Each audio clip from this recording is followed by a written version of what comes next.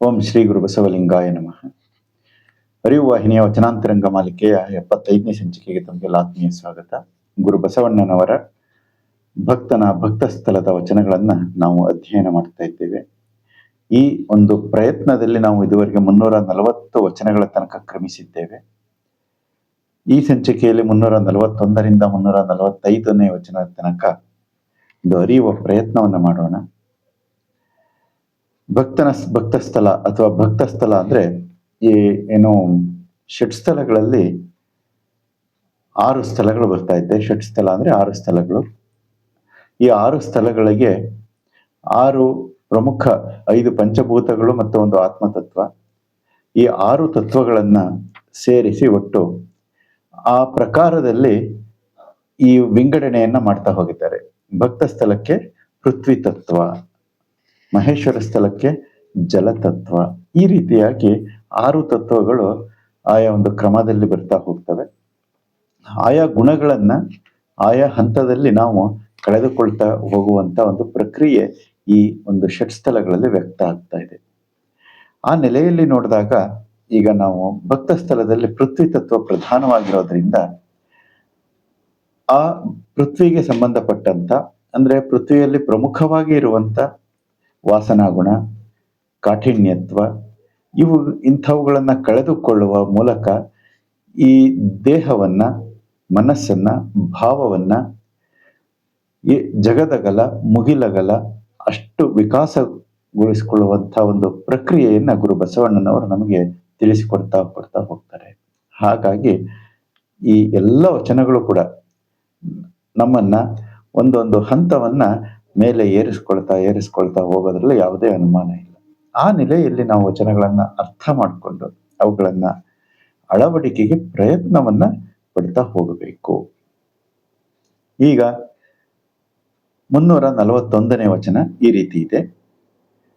ಅರ್ಥ ಪ್ರಾಣ ಅಭಿಮಾನಕ್ಕೆ ಒಡೆಯರು ಸದ್ಭಕ್ತರಲ್ಲದೆ ಎನಗಾರೂ ಇಲ್ಲಯ್ಯ. ಭೃತ್ಯಾಪರಾಧ ಸ್ವಾಮಿನೋ ದಂಡ, ಕೂಡಲ ಸಂಗಮ ದೇವ ನೀವೇ ಪ್ರಮಾಣು. ಈ ಎಲ್ಲ ವಚನಗಳು ಕೂಡ ಇವತ್ತು ಈ ಸಂಚಿಕೆಯಲ್ಲಿ ಬರ್ತಾ ಇರುವಂತಹ ಎಲ್ಲ ವಚನಗಳು ಕೂಡ 5 ಆಚಾರಗಳ ನೆಲೆಯಲ್ಲಿ ನೋಡಿದಾಗ, ಅಂದ್ರೆ ಪಂಚಾಚಾರಗಳು ಅಂತ ಒಬ್ಬ ವ್ಯಕ್ತಿಯ ಮಾನಸಿಕ ಸದೃಢತೆ ಹಾಗೂ ಆತನ ವ್ಯವಹಾರ, ಜಗತ್ತಿನೊಟ್ಟಿಗೆ ಆತ ನಡೆದುಕೊಳ್ಳಬೇಕಾದಂತ ರೀತಿ, ಆ ರೀತಿ ನೀತಿಗಳಲ್ಲಿ 5 ಆಚಾರಗಳನ್ನ ಹೇಳ್ತಾ ಹೋಗ್ತಾರೆ. ಅವಕ್ಕೆ ಪಂಚಾಚಾರಗಳು ಅಂತ ಕರೀತಾರೆ. ಸದಾಚಾರ, ಶಿವಾಚಾರ, ಭೃತ್ಯಾಚಾರ, ಲಿಂಗಾಚಾರ, ಗಣಾಚಾರ ಅನ್ನುವ 5 ಆಚಾರಗಳಲ್ಲಿ ಈ ಒಂದೊಂದು ಸಮೂಹದ ವಚನಗಳು ಒಂದೊಂದು ಆಚಾರವನ್ನ ಹೇಳ್ತಾ ಹೋಗ್ತವೆ. ಈ ಸಮೂಹದ ವಚನಗಳು, ಸಮೂಹ ಅಂದ್ರೆ ಈಗ ಹೇಳ್ತಾ ಇರೋಂಥ ವಚನಗಳೆಲ್ಲವೂ ಕೂಡ ಅಥವಾ ಹಿಂದಿನ ಸಂಚಿಕೆಯಲ್ಲೂ ಕೂಡ ಇವೆಲ್ಲವೂ ಕೂಡ ಭೃತ್ಯಾಚಾರವನ್ನ ಹೇಳ್ತವೆ. ನಾವು ಯಾವ ರೀತಿ ನಮ್ಮ ಜೀವನದಲ್ಲಿ ಭೃತ್ಯತ್ವವನ್ನ ಅಳವಡಿಸಿಕೊಳ್ಳಬೇಕು ಅಂತ. ಭೃತ್ಯ ಅಂತಂದ್ರೆ ಸೇವಕ ಮನೋಭಾವ ಅಥವಾ ಕಿಂಕರತ್ವ. ಎನಗಿಂತ ಕಿರಿಯರಿಲ್ಲ, ನಾನೇ ಕಿರಿಯವನು, ಜಗತ್ತೇ ಹಿರಿಯದು ಅನ್ನುವ ಒಂದು ಭಾವವನ್ನ ಅಳವಡಿಸಿಕೊಳ್ಳಬೇಕು. ಈ ಭಾವ ಅಳವಡಬೇಕು ಅಂದ್ರೆ ನಮ್ಮಲ್ಲಿ ಮೊದಲ ಅಹಂಕಾರದ ನಿರಸನ ಆಗಬೇಕು. ಆ ರೀತಿಯಾಗಿ ನಾವು ಈ ವಚನಗಳನ್ನ ಅರ್ಥ ಮಾಡಿಕೊಳ್ಳುವ ಪ್ರಯತ್ನವನ್ನ ಮಾಡೋಣ. ಈಗ 341ನೇ ವಚನ. ಅರ್ಥ ಪ್ರಾಣ ಅಭಿಮಾನಕ್ಕೆ ಒಡೆಯರು ಸದ್ಭಕ್ತರಲ್ಲದೆ ಎನಗಾರೂ ಇಲ್ಲಯ್ಯ ಹೇಳ್ತಾ ಇದ್ದಾರೆ. ಅರ್ಥ ಪ್ರಾಣ ಅಭಿಮಾನ ಇವಕ್ಕೂ ಕೂಡ ಈ 3 ತತ್ವಗಳನ್ನ ಹೇಳ್ತಾ ಹೋಗ್ತಾರೆ. ಅರ್ಥ ಪ್ರಾಣ ಅಭಿಮಾನ, ಸ್ಥೂಲ ಸೂಕ್ಷ್ಮ ಕಾರಣ, ಗುರು ಲಿಂಗ ಜಂಗಮ. ಈ ರೀತಿಯಾಗಿ ಆಯಾ ಒಂದು ವಿಚಾರಕ್ಕೆ ಅದು ಸಂಬಂಧಪಟ್ಟಿರುತ್ತೆ. ಸ್ಥೂಲತನುವಿಗೆ ಇಲ್ಲಿ ಅರ್ಥ, ಸೂಕ್ಷ್ಮತನುವಿಗೆ ಪ್ರಾಣ, ಕಾರಣತನುವಿಗೆ ಅಭಿಮಾನ, ಹಾಗೆ ಸ್ಥೂಲತನುವಿಗೆ ಗುರು, ಸೂಕ್ಷ್ಮತನುವಿಗೆ ಲಿಂಗ, ಕಾರಣತನುವಿಗೆ ಜಂಗಮ. ಈ ರೀತಿಯಾಗಿ ಈ 3 ತತ್ವಗಳು ಅಥವಾ ತತ್ವತ್ರಯಗಳು ಅಳವಡ್ತಾ ಹೋಗ್ತವೆ. ಅದನ್ನ ಇಲ್ಲಿ ಹೇಳ್ತಾ ಇದ್ದಾರೆ. ನನ್ನ ಸಂಪೂರ್ಣವಾಗಿ ಅಂದ್ರೆ ಅರ್ಥ ಪ್ರಾಣ ಅಭಿಮಾನ, ಸ್ಥೂಲ ಸೂಕ್ಷ್ಮ ಕಾರಣತನುಗಳಿಗೆ ಅಂದ್ರೆ ದೇಹ ಆಸ್ ಎ ಹೋಲ್ ಸಂಪೂರ್ಣವಾಗಿ ನನ್ನ ಈ ವ್ಯಕ್ತಿಗತವಾಗಿರುವಂತೆ ಈ ಎಲ್ಲದಕ್ಕೂ ಕೂಡ ಒಡೆಯರು ಯಾರು ಅಂದ್ರೆ ಸದ್ಭಕ್ತರು. ಸದ್ಭಕ್ತರಲ್ಲದೆ ಇನ್ಯಾರು ಒಡೆಯರಿಲ್ಲ. ಭೃತ್ಯಾಪರಾಧ ಸ್ವಾಮಿನೋ ದಂಡ, ಕೂಡಲ ಸಂಗಮ ದೇವ ನೀವೇ ಪ್ರಮಾಣ. ಭೃತ್ಯಾಪರಾಧ ಸ್ವಾಮಿನೋ ದಂಡ ಅಂದ್ರೆ ಒಬ್ಬ ಸೇವಕ ತಪ್ಪನ್ನ ಮಾಡಿದ್ರೆ ಸಮಾಜ ಯಾರನ್ನ ದೂಷಿಸುತ್ತೆ ಅಂದ್ರೆ ಆ ಸೇವಕನನ್ನ ದೂಷಿಸೋದಿಲ್ಲ. ಬದಲಾಗಿ ಆ ದಂಡ ಹಾಕೋದು ಯಾರಿಗೆ ಅಂತಂದ್ರೆ ಅದರ ಮಾಲೀಕ ಯಾರಿರ್ತಾನ ಅವನಿಗೆ. ಈಗ ಒಂದು ಯಾವ್ದೋ ಒಂದು ಲಾರಿನೋ ಯಾವ್ದೋ ಒಂದು ಬಸ್ ಒಬ್ಬ ಡ್ರೈವರ್ ಡ್ರೈವ್ ಮಾಡ್ಕೊಂಡು ಹೋಗ್ತಾ ಇರ್ತಾನೆ. ಆದ್ರೆ ಓನರ್ ಬೇರೆ ಇರ್ತಾನೆ. ಆಕ್ಸಿಡೆಂಟ್ ಆದ್ರೆ ಕ್ಲೈಮ್ ಮಾಡ್ಬೇಕಾಗಿರತ್ತದು ಓನರ್ಗೆ ಅದ್ರ ಪೆನಾಲ್ಟಿ ಬೀಳುತ್ತೆ, ಡ್ರೈವರ್ಗೆ ಏನು ಬೀಳೋದಿಲ್ಲ. ಆದ್ರೆ ಓಡಿಸ್ತಾ ಇರೋ ಡ್ರೈವರ್. ಈ ರೀತಿಯಾಗಿ ಭೃತ್ಯಾಪರಾಧ ಸ್ವಾಮಿನೋ ದಂಡ ಅಂದ್ರೆ ಭೃತ್ಯ ಅಂದ್ರೆ ಸೇವಕ ತಪ್ಪನ್ನ ಮಾಡಿದ್ರೆ ಅದರ ದಂಡ ಯಾರಿಗೆ ಬೀಳುತ್ತೆ ಅಂತಂದ್ರೆ ಅದರ ಮಾಲೀಕನಿಗೆ ಬೀಳುತ್ತೆ. ಅದನ್ನ ಹೇಳ್ತಾ ಇದ್ದಾರೆ ಕೂಡಲ ಸಂಗಮ ದೇವ ನೀವೇ ಪ್ರಮಾಣು. ಇಲ್ಲಿ ಅರ್ಥ ಪ್ರಾಣ ಅಭಿಮಾನಕ್ಕೆ ಒಡೆಯರು ಯಾರು ಅಂತಂದ್ರೆ ಕೂಡಲ ಸಂಗನ ಶರಣರು, ಸದ್ಭಕ್ತರು. ಅಂದ್ರೆ ನಾನು ತಪ್ಪು ಮಾಡಿದ್ರು ಕೂಡ ಇಲ್ಲಿ ಕೆಟ್ಟ ಹೆಸರು ಯಾರಿಗೆ ಬರುತ್ತೆ? ನನಗಷ್ಟೇ ಬರೋದಿಲ್ಲ, ಸಮಾಜಕ್ಕೆ ಬರ್ತಾ ಇದೆ. ನಾನು ಯಾವ ಸಮಾಜದಿಂದ ಬಂದಿರ್ತೀನಿ ಆ ಸಮಾಜಕ್ಕೆ ಅದರ ಕೆಟ್ಟ ಹೆಸರು ಬರುತ್ತೆ. ನಾನು ಯಾವ ದೇಶದಿಂದ ಹೋಗಿರ್ತೀನಿ ಆ ದೇಶಕ್ಕೆ ಕೆಟ್ಟ ಹೆಸರು ಬರುತ್ತೆ. ಈಗ ನಾನು ಈ ದೇಶದಿಂದ ಯಾವುದೋ ಒಂದು ವಿದೇಶಕ್ಕೆ ಹೋಗಿ ಅಲ್ಲೇನಾದ್ರೂ ತಪ್ಪನ್ನ ಮಾಡಿದ್ರೆ ವೈಯಕ್ತಿಕವಾಗಿ ತಪ್ಪು ಮಾಡಿರೋನು ನಾನೇ ಆಗಿದ್ರೂ ಕೂಡ ಅಲ್ಲಿ ದೇಶದ ಹೆಸರು ಬರುತ್ತೆ, ಇಂಥ ದೇಶದ ಪ್ರಜೆ ಹೀಗೆ ಮಾಡಿದ ಅಂತ. ಹಾಗಾಗಿ ಅಲ್ಲಿ ದೇಶಕ್ಕೆ ಅಪಮಾನ ಆಗುತ್ತೆ. ಕೀರ್ತಿ ಬಂದ್ರು ಅಷ್ಟೇನೆ. ಈ ಕೀರ್ತಿ ಒಬ್ಬ ವ್ಯಕ್ತಿ ಗಳಿಸಿದಂತ ಕೀರ್ತಿ ನೇರವಾಗಿ ಅವನಿಗೆ ಸಲ್ಲೋದಕ್ಕಿಂತ ಮೊದಲು ಆ ದೇಶಕ್ಕೆ ಸಲ್ಲುತ್ತೆ. ಅಂದ್ರೆ ಇಂಥ ದೇಶದ ಪ್ರಜೆ ಇಂಥ ಸಾಧನೆಯನ್ನ ಮಾಡ್ದ ಅಥವಾ ಒಳ್ಳೆ ಕೆಲಸವನ್ನ ಮಾಡ್ದ. ಹಾಗಾಗಿ ಇಲ್ಲಿ ಈ ಒಬ್ಬ ವ್ಯಕ್ತಿ ಮಾಡುವ ಅನಾಹುತಗಳು, ಅಚಾತುರ್ಯಗಳು ಅಥವಾ ಚಾತುರ್ಯಗಳು ಯಾವುದೇ ಇದ್ರೂ ಕೂಡ ಅದು ಆ ಸಮಾಜಕ್ಕೆ ಸಲ್ತಾ ಇದೆ. ಹಾಗಾಗಿ ಇಲ್ಲಿ ಒಡೆಯರು ಯಾರು? ಸದ್ಭಕ್ತರು.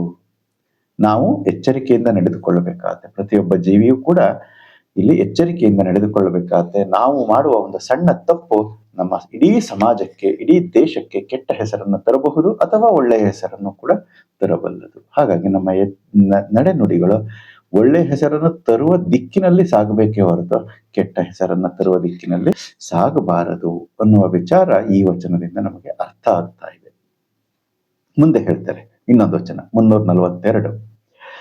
ಅರ್ಚಿಸಲರಿಯೇ ಪೂಜಿಸಲರಿಯೇ ನಿಚ್ಚ ಶಿವರಾತ್ರಿಯನ್ನ ಮಾಡಲರಿಯೇ ಕಪ್ಪಡಿ ವೇಷದಿಂದ ಅನು ಬಂದಾಡುವೆ. ಕಪ್ಪಡಿ ವೇಷದಿಂದ ಈಶ ನಾ ನಿಮ್ಮ ದಾಸರ ದಾಸಿಯ ದಾಸನಯ್ಯ, ನಿಮ್ಮ ವೇಷಧಾರಿಯ ಮನೆಯ ಪಂಗುಳ ನಾನಯ್ಯ.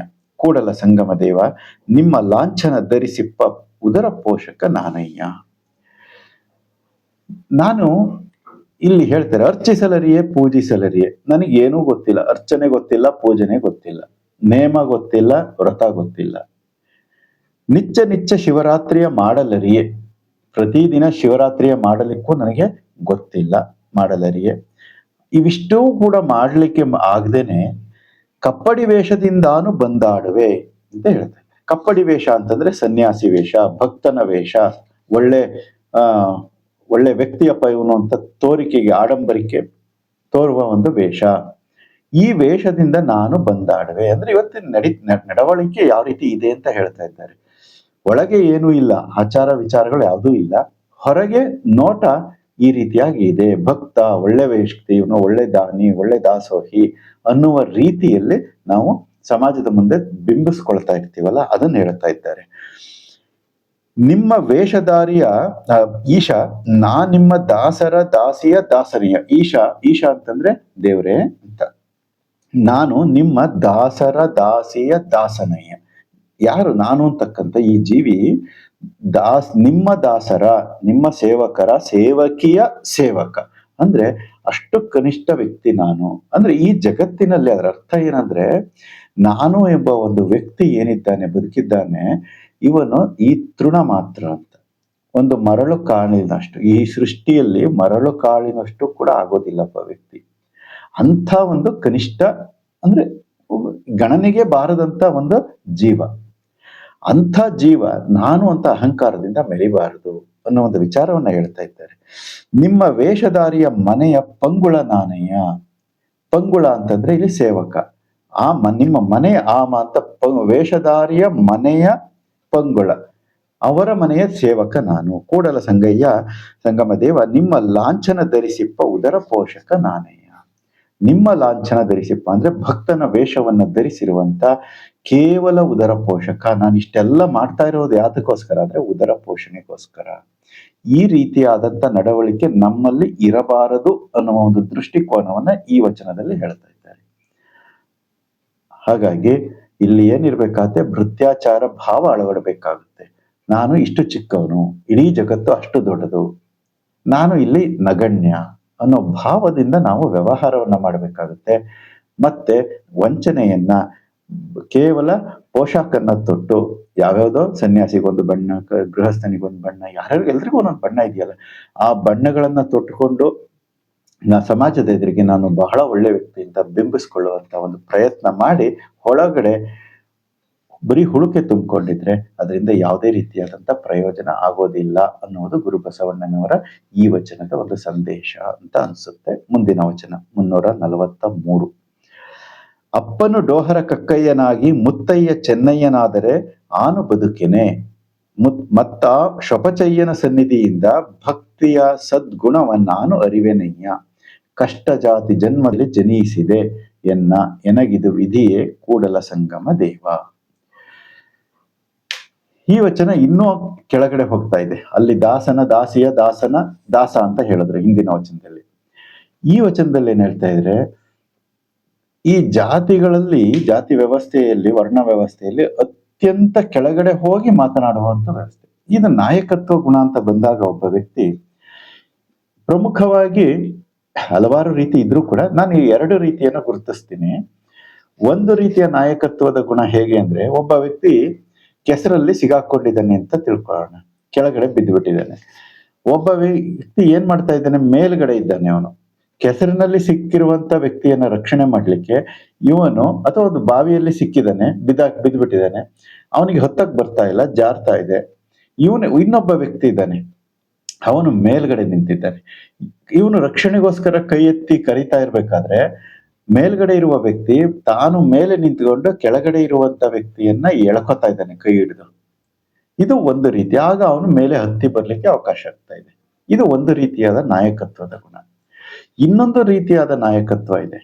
ಅದ್ಯಾವುದು ಅಂದ್ರೆ, ಹೀಗೆ ಸಾಧ್ಯ ಆಗದೇ ಇದ್ದಂತ ಸಂದರ್ಭದಲ್ಲಿ ಅವನು ವ್ಯಕ್ತಿ ಕೆಳಗಡೆ ಇಳಿದು ತಾನು ಕೆಳಗೆ ನಿಂತ್ಕೊಂಡು ಅವನನ್ನ, ಯಾಕೆಂದ್ರೆ ಇವನಿಗೆ ಹೊತ್ತೋದು ಹೆಂಗೆ ಅಂತ ಗೊತ್ತಿರುತ್ತೆ ಟೆಕ್ನಿಕ್, ಕೆಳಗೆ ನಿಂತ್ಕೊಂಡು ಬಿದ್ದಿರುವಂತ ವ್ಯಕ್ತಿಯನ್ನ ಮೊದಲು ಮೇಲಕ್ಕೆ ಹತ್ತಿಸ್ಬಿಟ್ಟು ಅವನ ಹಿಂದೆ ಇವರು ಹತ್ತಿ ಬರ್ತಾರೆ. ಈ ರೀತಿಯಾದಂತ ಒಂದು ನಾಯಕತ್ವದ ಗುಣ ಇರುತ್ತೆ. ಬಸವಣ್ಣನವ್ರದ್ದು ಈ 2ನೇ ನಾಯಕತ್ವಗಳ ಅಂದ್ರೆ, ತಾನು ಉಚ್ಚ ಸ್ಥಿತಿಯಲ್ಲಿ ನಿಂತ್ಕೊಂಡು ಕೆಳಗಡೆ ಇದ್ದವ್ರನ್ನ ಮೇಲಕ್ಕೆ ಕರ್ಕೊಳ್ತಾ ಇಲ್ಲ, ತಾನು ಕೆಳಗಡೆ ಇಳಿದ್ಬಿಟ್ಟು ಎಷ್ಟು ಸಾಧ್ಯವೋ ಅಷ್ಟು ಕೆಳಗಡೆ ಇಳಿದ್ಬಿಟ್ಟು ಕೆಳಗಿದ್ದವ್ರನ್ನ ಮೇಲೆ ತಳ್ಳಿಬಿಟ್ಟು ಇವರು ಮೇಲೆ ಬರ್ತಾ ಇದ್ದಾರೆ. ಅವ್ರ ಮೇಲೆ ಇರ್ತಾರೆ ಭಾವನಾತ್ಮಕವಾಗಿ, ಫಿಸಿಕಲಿ ಕೆಳಗಡೆ ಹೋಗಿರ್ತಾರೆ, ಭೌತಿಕವಾಗಿ ಹೋಗಿಬಿಟ್ಟು ಮೇಲಕ್ಕೆ ಎತ್ತಿಬಿಟ್ಟು ಅವರನ್ನ ಉದ್ಧಾರ ಮಾಡೋದು. ಇದು ನಾಯಕತ್ವದ 2ನೇ ರೀತಿಯಾದಂತ ಗುಣ ಬಸವಣ್ಣವ್ರದ್ದು. ಈ ರೀತಿಯಾದಂತ ಗುಣ, ತಾನು ಕೀಳು ಕೀಳು ಕೀಳು ಎಷ್ಟು ಕೀಳಾಗಿರ್ತಾರೆ ಅಂದ್ರೆ ಅಷ್ಟು ಕೀಳಾಗಿ ನಿಮಗಿಂತ ನಾನು ಕೀಳು ಅಂತ ಹೇಳ್ಬಿಡ್ತಾರೆ ಕಡೆಗೆ. ಹಾಗೆ ಹೇಳುವಂತ ಗುಣ ಕೇವಲ ಬಸವಣ್ಣನವರಿಗೆ ಇಡೀ ಸೃಷ್ಟಿಯಲ್ಲಿ ನೋಡಿದಾಗ ಇಂಥ ಗುಣ, ನಾಯಕತ್ವದ ಗುಣ ಅಳವಟ್ಟಿದ್ದು ಬರೀ ನಾವು ನೋಡಬಹುದಾದಂಥದ್ದು ಬಸವಣ್ಣನವರು ಮಾತ್ರ. ಇನ್ನೆಲ್ಲೂ ಕೂಡ ಜಗತ್ತಿನಲ್ಲಿ ಯಾವ ದಾರ್ಶನಿಕಲ್ಲೇ ಆಗ್ಲಿ ಅಥವಾ ಬೇರೆ ಯಾವುದೇ ರಾಜಕೀಯ ನಾಯಕರೇ ಆಗಲಿ ಯಾರಲ್ಲೂ ಕೂಡ ಇಂಥ ಒಂದು ಗುಣವನ್ನ ನಾವು ಕಾಣಲಿಕ್ಕೆ ಸಾಧ್ಯ ಇಲ್ಲ. ಅದಕ್ಕಾಗಿ 12ನೇ ಶತಮಾನದಿಂದ ಇಲ್ಲಿವರೆಗೂ ಕೂಡ ಬಸವಣ್ಣ ಬಸವಣ್ಣ ಅಂತ ಎಲ್ಲರೂ ಕೂಡ ಹಾಡಿ ಹೊಗಳ್ತಾ ಇರೋದು. ಆ ನೆಲೆಯಲ್ಲಿ ನೋಡಿದಾಗ ಅಪ್ಪನು ಡೋಹರ ಕಕ್ಕಯ್ಯನಾಗಿ, ಇಲ್ಲಿ ಡೋಹರ ಕಕ್ಕಯ್ಯನವ್ರನ್ನ ಉದಾಹರಣೆಯನ್ನು ತಗೋತಾ ಇದ್ರೆ, ಡೋಹರ ಕಕ್ಕಯ್ಯ ನಮ್ಮ ಅಪ್ಪನು ಡೋಹರ ಕಕ್ಕಯ್ಯನಾಗಿ ಮುತ್ತಯ್ಯ ಚೆನ್ನಯ್ಯನಾದ್ರೆ ನಮ್ಮ ಅಜ್ಜ ಚೆನ್ನಯ್ಯ, ಅಜ್ಜಮ್ಮ ಇವರೆಲ್ಲ ಕೂಡ ಅತಿ ನಿಮ್ನ ವರ್ಗದಿಂದ, ಸಮಾಜದಲ್ಲಿ ಶ್ರೇಣೀಕೃತ ಸಮಾಜದಲ್ಲಿ ಅತ್ಯಂತ ಕೆಳಗಿನಿಂದ ಬಂದಂತವ್ರು. ಅವರ ಉದಾಹರಣೆಗಳನ್ನ ತೆಗೆದುಕೊಂಡು ಹೇಳ್ತಾ ಇದ್ರೆ, ಚೆನ್ನಯ್ಯನು ನಮ್ಮ ಅಜ್ಜ ಹೀಗೆ ಹೇಳ್ತಾ ಈ ರೀತಿ ಆದ್ರೆ ನಾನು ಬದುಕೇನೆ ಅಂದ್ರೆ ನಾನು ಅವರ ಮನೆಯ ಮಗ. ಮತ್ತ ಶೊಪಚಯ್ಯನ ಸನ್ನಿಧಿಯಿಂದ ಭಕ್ತಿಯ ಸದ್ಗುಣವನ್ನ ನಾನು ಅರಿವೆನಯ್ಯ. ನಾನು ಭಕ್ತಿಯ ಸದ್ಗುಣವನ್ನ ಯಾರಿಂದ ಕಲಿತಾ ಇದೀನಿ, ಭಕ್ತಿಯ ಮಾರ್ಗವನ್ನ ಯಾರಿಂದ ಕಲಿತಾ ಇದ್ದೀನಿ ಅಂದ್ರೆ, ಇನ್ನೊಬ್ರು ಹೆಸರು ಹೇಳ್ತಾರೆ ಶೊಪಚಯ್ಯ ಅಂತ. ಇವರು ಒಬ್ರು ಹಿಂದೆ ಶರಣರು. ಆ ಶೊಪಚಯ್ಯನ ಸನ್ನಿಧಿಯಿಂದ, ಅವರ ಜೊತೆ ಒಡನಾಟದಿಂದ ನಾನು ಭಕ್ತಿಯನ್ನ ಕಲಿತಾ ಇದ್ದೀನಿ ಅಂತ ಹೇಳ್ತಾ ಇದ್ದಾರೆ ಬಸವಣ್ಣವರು. ವಾಸ್ತವದಲ್ಲಿ ಜಗತ್ತಿಗೆ ಕಲಿಸ್ಕೊಟ್ಟಿದ್ದೆ ಇವರು. ಆದ್ರೆ ಹೇಳುವ ರೀತಿ ಯಾವ ರೀತಿ ಇದೆ ಅಂದ್ರೆ, ಈ ರೀತಿ ನಿರಹಂಭಾವದ ಸ್ಥಿತಿ. ಕಷ್ಟ ಜಾತಿ ಜನ್ಮದಲ್ಲಿ ಜನಿಸಿದೆ ಎನಗಿದು ವಿಧಿಯೇ ಕೂಡಲ ಸಂಗಮ ದೇವ. ನೋಡಿ, ಕಷ್ಟ ಜಾತಿ ಜನ್ಮದಲ್ಲಿ ನನ್ನನ್ನ ಹುಟ್ಟಿಸಿದೆ ಅಂತ ಹೇಳ್ತಾ ಇದ್ದಾರೆ. ಅಂದ್ರೆ ತಮ್ಮನ್ನ ತಾವು ಅತ್ಯಂತ ನಿಕೃಷ್ಟವಾಗಿ ಮಾಡಿಕೊಂಡು, ನಿಕೃಷ್ಟದಲ್ಲಿ ಇದ್ದಂತ ಜನರನ್ನ ನೀವು ಬಹಳ ಪುಣ್ಯ ಮಾಡಿದಿರಪ್ಪ, ನೀವೇ ಅನ್ನೋ ಮಹಾನುಭಾವರು ಅನ್ನುವ ರೀತಿಯಲ್ಲಿ ಅವರುಗಳನ್ನ ಮೇಲೆತ್ತಿ ಕಳಿಸಿ ತಾವು ಸಮಾಜವನ್ನ ಕಟ್ಟುವ ಒಂದು ಹೊಸ ಬಗೆಯನ್ನ ಬಸವಣ್ಣನವರು ಜಗತ್ತಿಗೆ ಪರಿಚಯಿಸಿಕೊಟ್ಟಿದ್ದಾರೆ. ಹೀಗೆ ನಮ್ಮಲ್ಲಿ ಕೂಡ ಇಂಥ ಭಾವಗಳು ಅಳವಡಬೇಕು, ಇಂಥ ಭೃತ್ಯಾಚಾರದ ಭಾವ ಅಳವಡಬೇಕು. ಯಾಕೆಂದ್ರೆ ಹಿಂದಿನ ವಚನದಲ್ಲಿ ಹೇಳ್ದಂಗೆ ನಾನು ಅತ್ಯಂತ ಕನಿಷ್ಠ ಈ ಸೃಷ್ಟಿಯಲ್ಲಿ. ಅಂದ್ರೆ ಕನಿಷ್ಠ ಅಂತಂದ್ರೆ ಏನು ಅಂತಂದ್ರೆ ನಗಣ್ಯ. ಪ್ರತಿಯೊಬ್ಬ ಜೀವಿಯು ಕೂಡ ಇಲ್ಲಿ ನಗಣ್ಯ. ಸೃಷ್ಟಿಯ ಒಂದು ಕಾಲದ ಪ್ರವಾಹದಲ್ಲಿ ನಗಣ್ಯನಾಗಿರುವಂತ ವ್ಯಕ್ತಿ ತಾನು ಅಹಂಕಾರದಿಂದ ಬೀಗುವುದು ಸರಿಯಲ್ಲ ಅನ್ನುವುದು. ಈಗ 344ನೇ ವಚನ. ಉತ್ತಮ ಕುಲದಲ್ಲಿ ಹುಟ್ಟಿದೆನೆಂಬ ಕಷ್ಟತನದ ಹೊರೆಯ ಹೊರಿಸದಿರಯ್ಯ, ಕಕ್ಕಯ್ಯ ನೊಕ್ಕುದ ನಿಕ್ಕ ನೋಡಯ್ಯ, ದಾಸಯ್ಯ ಶಿವದಾನವ ನೆರೆಯ ನೋಡಯ್ಯ, ಮನ್ನಣೆಯ ಚೆನ್ನಯ್ಯನೆನ್ನುವ ಮನ್ನಿಸ, ಉನ್ನತ ಮಹಿಮ ಕೂಡಲ ಸಂಗಮ ದೇವ ಶಿವಧೋ ಶಿವಧೋ. ಇಲ್ಲಿ ಒಂದು ಪ್ರಾರ್ಥನೆಯನ್ನ ಸಲ್ಲಿಸ್ತಾ ಇದ್ದಾರೆ. ತಮಗೆ ಪ್ರಾರ್ಥನೆ ಸಲ್ಲಿಸೋದು ಅಂದ್ರೆ ತಮ್ಮ ವಿಚಾರಕ್ಕೆ ತಾವೇ ಒಂದು ರೀತಿಯಾದ ಚಿಂತನೆಗೆ ಒಳಪಡಿಸಿಕೊಳ್ಳುವುದು. ಉತ್ತಮ ಕುಲದಲ್ಲಿ ಹುಟ್ಟಿದೆನೆಂಬ ಕಷ್ಟತನದ ಹೊರೆಯ ಹೊರಿಸಿದರೆಯ. ಯಾಕೆಂದ್ರೆ ಅವ್ರು ಹುಟ್ಟಿನಿಂದ ಬ್ರಾಹ್ಮಣರು. ನನ್ನನ್ನು ಅಲ್ಲೇನಾಗಿರುತ್ತೆ, ಇವರು ಸಮಾಜದ ಮೇಲ್ಪಂಕ್ತಿಯಲ್ಲಿ ಬರುವಂತ ಬ್ರಾಹ್ಮಣರ ಮನೆಯಲ್ಲಿ ಹುಟ್ಟಿದ್ರಿಂದ ಬಸವಣ್ಣವರು ನಿಮ್ನ ವರ್ಗದಲ್ಲಿ ಕೆಳಸ್ತರದಲ್ಲಿ ಹುಟ್ಟಿದಂತ ದಲಿತರ ಶೂದ್ರರ ಮನೆಗಳಿಗೆ ಅಥವಾ ಇವ್ರುಗಳನ್ನ ಹತ್ರಕ್ಕೆ ಸೇರಿಸ್ಕೊಳ್ತಾ ಇರಲ್ಲ. ಯಾರು ಶೂದ್ರರೇ ಬಸವಣ್ಣವ್ರನ್ನ ಹತ್ರಕ್ಕೆ ಸೇರಿಸ್ಕೊಳ್ತಾ ಇರಲ್ಲ. ಯಾಕೆ ಅಂದ್ರೆ ಅವ್ರಿಗೆ ಭಯ, ಎರಡು ರೀತಿ ಭಯ. ಮಾನಸಿಕ ಭಯ, ನಮಗೇನಾದ್ರು ತೊಂದರೆ ಆಗಿಬಿಟ್ರೆ, ಮೊದಲೇ ಅವ್ರ ಬ್ರಾಹ್ಮಣರು, ನಾವು ಅಸ್ಪೃಶ್ಯರು, ಅವ್ರನ್ನ ಮುಟ್ಸ್ಕೊಂಡು ನಮಗ್ ದೇವ್ರ ಏನಾದ್ರು ತೊಂದರೆ ಮಾಡ್ಬಿಟ್ರೆ ಅನ್ನುವ ಒಂದು ಭಯ. ಇನ್ನೊಂದು ರಾಜನ ಭಯ, ಸಮಾಜದ ಭಯ. ಬಸವಣ್ಣವ್ರು ಇವ್ರ ಮನೆಗೂ ಇವ್ರು ಸವಾಸ ಮಾಡಿದಾರ, ಇವ್ರ ಮನೆಗೆ ಹೋಗ್ತಾರೆ ಅಂತಂದ್ಬಿಟ್ರೆ ನಮಗೆ ರಾಜನ ಕಿರುಕುಳ ಶುರುವಾಗ್ಬಿಟ್ರೆ, ಸಮಾಜ ನಮಗೆ ಕಿರುಕುಳ ಕೊಟ್ಟು ಬಿಟ್ರೆ, ಈ ಎರಡು ರೀತಿಯಾದಂತ ಭಯ ಅವರಿಗೆ ಕಾಡ್ತಾ ಇತ್ತು.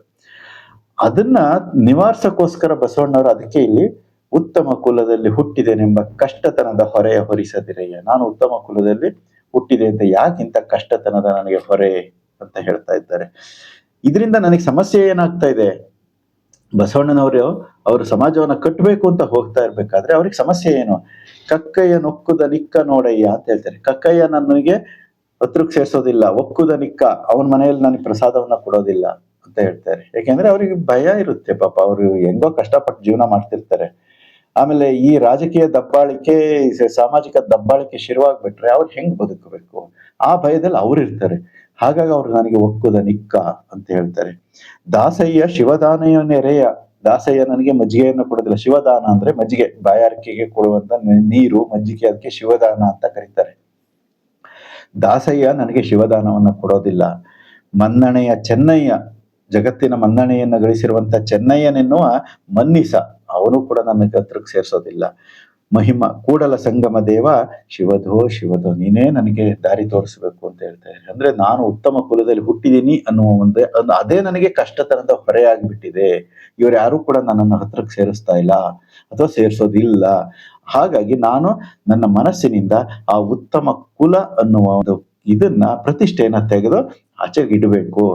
ಹಾಗಾಗಿ ಆ ರೀತಿಯಾಗಿ ನಾನು ಹೀಗೆ ಇಂಥ ಒಂದು ಸ್ಥಿತಿಯನ್ನ ಕರುಣಿಸು ಅನ್ನೋ ಒಂದು ವಿಚಾರ, ನನ್ನ ಮನಸ್ಸು ಈ ರೀತಿ ಆಗಬೇಕು ಅನ್ನೋ ಒಂದು ವಿಚಾರವನ್ನ ಗುರು ಬಸವಣ್ಣನವರು ಇಲ್ಲಿ ಹೇಳ್ಕೊಳ್ತಾ ಇದ್ದಾರೆ. ತಮಗೆ ತಾವೇ ಸ್ವಗತವನ್ನ ಇಲ್ಲಿ ಮಾತನಾಡ್ಕೊಳ್ತಾ ಇದ್ದಾರೆ. 345ನೇ ವಚನ ಈ ರೀತಿಯಾಗಿದೆ. ಸೆಟ್ಟಿ ಎಂದೆನೆ ಸಿರಿಯಾಳನ, ಮಡಿವಾಳನೆಂಬೆನೆ ಮಾಚಯ್ಯನ, ಡೋಹರನೆಂಬೆನೆ ಕಕ್ಕಯ್ಯನ, ಮಾದರನೆಂಬೆನೆ ಚೆನ್ನಯ್ಯನ, ಆನು ಹಾರುವನೆಂದೆಡೆ ಕೂಡಲ ಸಂಗಯ್ಯ ನಗುವನೆಯ. ಹಿಂದಿನ ವಚನದಲ್ಲೂ ಅದನ್ನೇ ಹೇಳಿದ್ರು. ನಾನು ಉತ್ತಮ ಕುಲದಲ್ಲಿ ಹುಟ್ಟಿದೆನೆಂಬ ಕಷ್ಟತನದ ಹೊರೆಯ ಹೊರಿಸಿದರೆಯ ಅಂತ ಹೇಳಿದ್ರು. ಈ ವಚನದಲ್ಲಿ ಏನ್ ಹೇಳ್ತಾರೆ? ಆನು ಹಾರುವನೆಂದೆಡೆ ಕೂಡಲ ಸಂಗಯ್ಯ ನಗುವನೆಯ. ನಾನು ಎಲ್ಲ ಬಿಟ್ಬಿಟ್ಟಿದ್ದೀನಿ, ನಾನು ಹಾರುವ ಅಲ್ಲ. ನಾನು ಹಾರುವ ಅಂದ್ರೆ ಇವೆಲ್ಲವೂ ಕೂಡ ಹುಟ್ಟಿನಿಂದ ಬರ್ತಾವ. ಜಾತಿ ಅನ್ನೋದು ಹುಟ್ಟಿನಿಂದ ಬಂದಿರೋದು. ಆದ್ರೆ ನಾನು ಅದನ್ನ ಹುಟ್ಟನ್ನೇ ಬಿಟ್ಟು ಬಂದ್ಬಿಟ್ಟಿದ್ದೇನೆ. ಆ ಹುಟ್ಟನ್ನ ಬಿಟ್ಟು ಮನೆಯನ್ನ ತ್ಯಜಿಸಿ, ಎಲ್ಲವನ್ನ ತ್ಯಜಿಸಿ ಬಂದ ಮೇಲೆ ನಾನು ಹಾರುವ ಹೆಂಗಾಗ್ತೀನಿ ಅನ್ನೋ ಪ್ರಶ್ನೆಯನ್ನ ಕೇಳ್ತಾರೆ. ಸೆಟ್ಟಿ ಎಂಬೆನೆ ಸಿರಿಯಾಳನ.